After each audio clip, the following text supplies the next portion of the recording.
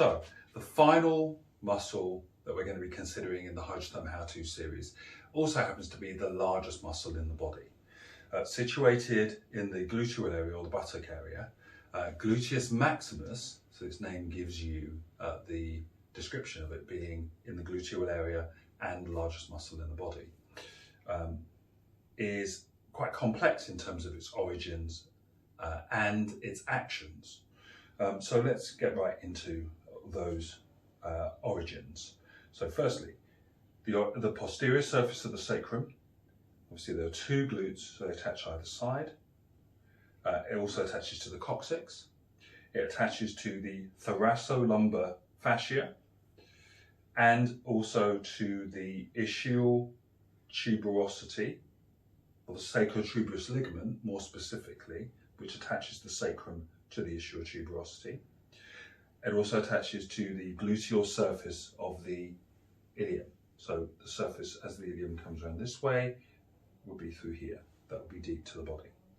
Now, it has two insertions because it has two different parts of the muscle that actually perform two different actions. So 75% of Gluteus Maximus, which is the part that is superior, if you like, it's called the capital fibers, actually comes round and attaches into the fascia that then forms the iliotibial band.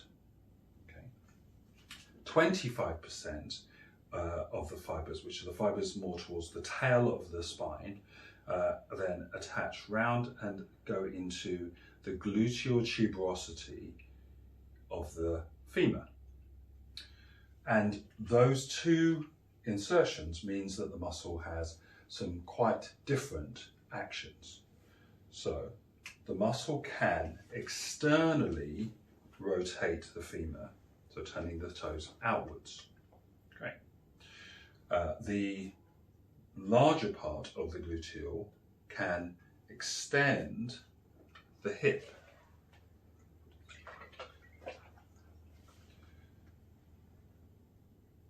The inferior part of the gluteal can adduct the femur. So you have got an external rotation, you have an extension of the hip, and you have an adduction of the hip.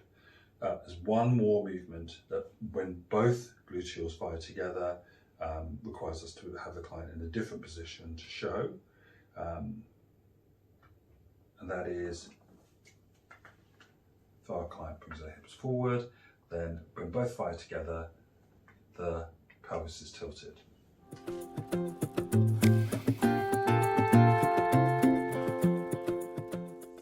So as we look at the final muscle in our series of how-to with Hydrotherm, the glutes, so Gluteus Maximus, one of the great things about Hydrotherm is that we have this really great access to the gluteals, which is comparable to working on the lower back and also working on the hamstrings.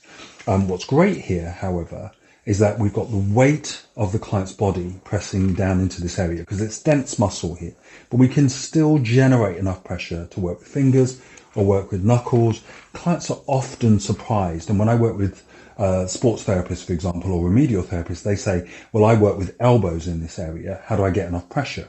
Well, I've discovered that you don't have to use elbows if the hamstrings are relaxed, if my client's not lying face down so their lumbar back is in more flexion, and the glutes can be relaxed because they're warm, because the leg can be moved into a position where, whether it's the adduction part of the glutes or the abduction, both parts can be relaxed.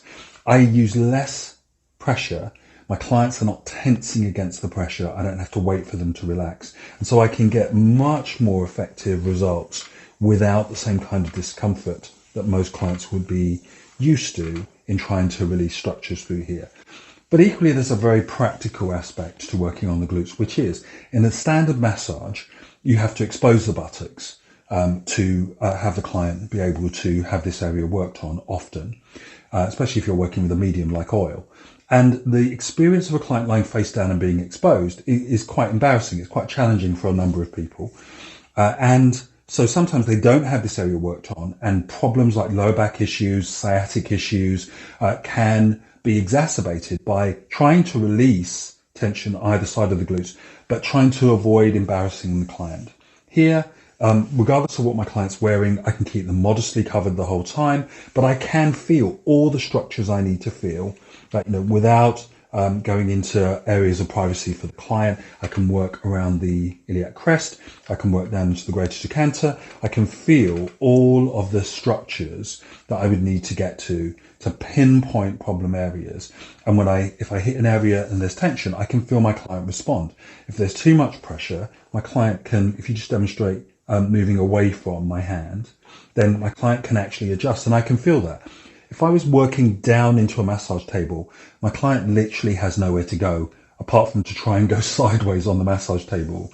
And that means that I can get into a wrestling match where I'm using force, my client's trying to protect that area, and actually it's possible to cause a negative feedback loop in that situation, where then clients start to brace and tense even before I'd start to work on that area.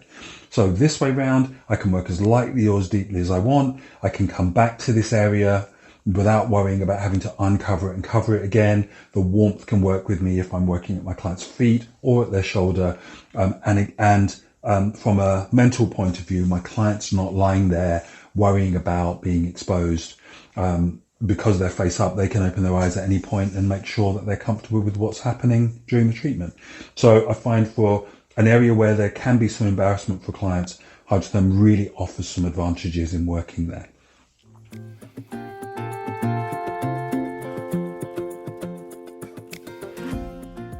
Now, if we look at Gluteus Maximus from a holistic point of view, the muscle on both sides literally connects directly to the sacrum and the base of the spine and connects to the outer part of the leg.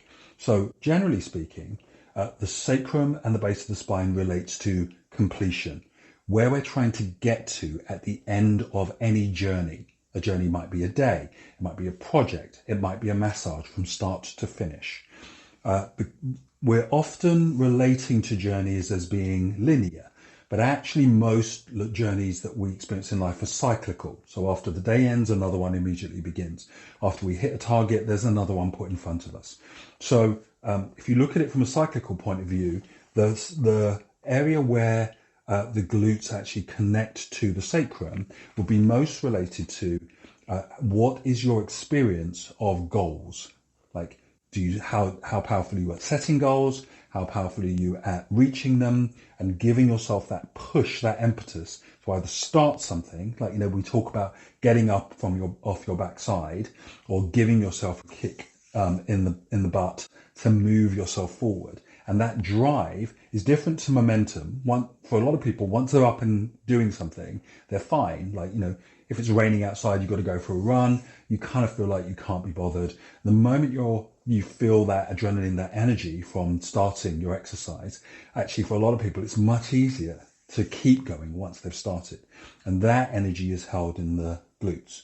But it's often also important to be clear about whether or not the energy that's getting you going and getting you past the finish line is actually a positive energy. So it's related to an image of what will be there when you achieve your goal, or whether or not it is, if you like, a negative energy like fear, or a concern like I will be exhausted or I will be embarrassed if I don't finish.